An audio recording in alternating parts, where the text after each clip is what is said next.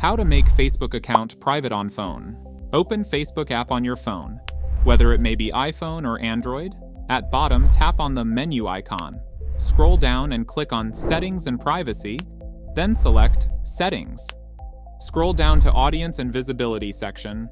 To make your Facebook account private, tap on Profile Locking, then select Lock Your Profile. Go back and choose How People Can Find and Contact You. Change all settings from Everyone to Friends or Only Me, which suits you best.